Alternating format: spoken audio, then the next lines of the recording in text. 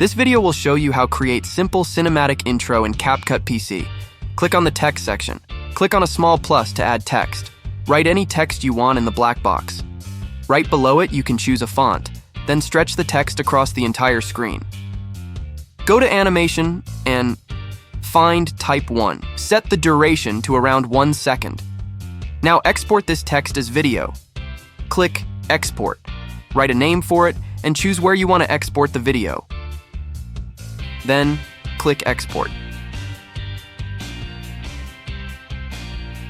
Delete text on timeline and import the video you just created in background video.